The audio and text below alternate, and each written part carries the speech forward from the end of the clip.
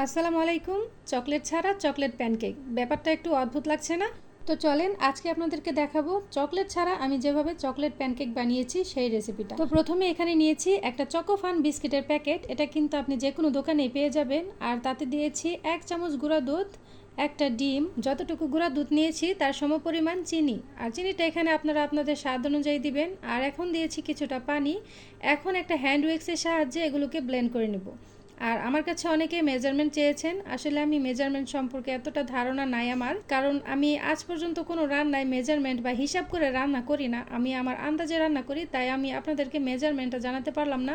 এখন একটি চালনির মধ্যে কিছুটা লবণ, বেকিং পাউডার আর কিছুটা ময়দা নিয়ে চেলে তারপর মিশিয়ে নেব। এখানে আমি ময়দাটা ধাপে ধাপে দিচ্ছি। প্রথমে আমি হাফ ময়দাগুলো দিয়ে এটাকে কিছুক্ষণ ভালোভাবে মিশিয়ে তারপর বাকি ময়দাগুলো দিয়ে আবার এটাকে খুব ভালোভাবে মিশিয়ে নেব। আর আমার এখানে মনে হয়েছিল যে পানির পরিমাণটা একটু কম পড়বে, তাই আমি এখানে আবার অল্প পরিমাণে পানিটা মিশিয়ে নিলাম। এখানে আপনারা চাইলে গরুর দুধ দিতে পারেন, তবে আমার কাছে ছিল না, তাই আমি গরুর দুধের পরিবর্তে গুঁড়া দুধ আর পানি দিয়েছি। তো দেখতেই পাচ্ছেন এখানে আমি ধাপে ধাপে উপকরণগুলো দিয়ে খুব স্মুথভাবে একটা ব্যাটার তৈরি করে নিয়েছি। তো দেখতেই পাচ্ছেন ব্যাটারের ঘনত্বটা কেমন হবে। এটা কিন্তু বেশি পাতলা করা যাবে না আর বেশি ঘন করাও যাবে না।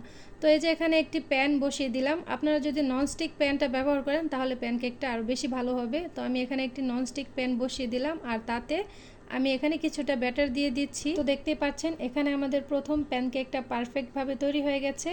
আর এভাবে আমরা সবগুলো প্যানকেক বানিয়ে নেব। যেহেতু আমি একজন সাধারণ গৃহিণী, আমি তেমন পারফেক্ট রাঁধুনি না, তো আমার যদি এখানে কোনো ভুল ত্রুটি হয়ে থাকে তাহলে অবশ্যই ক্ষমা সুন্দর দৃষ্টিতে দেখবেন। রেসিপিটা যদি আপনাদের ভালো লাগে তাহলে অবশ্যই লাইক, কমেন্ট, শেয়ার করবেন। আপনি যদি ফেসবুক থেকে দেখে থাকেন তাহলে আমার পেজটা ফলো দিবেন। আপনি যদি ইউটিউব থেকে দেখে থাকেন তাহলে আমার চ্যানেলটা সাবস্ক্রাইব করবেন। আজকের মতো এটুকুই। পরবর্তীতে চলে আসবো আরও একটি নতুন ভিডিও নিয়ে। সেই পর্যন্ত সবাই সুস্থ থাকবেন। আল্লাহ হাফিজ।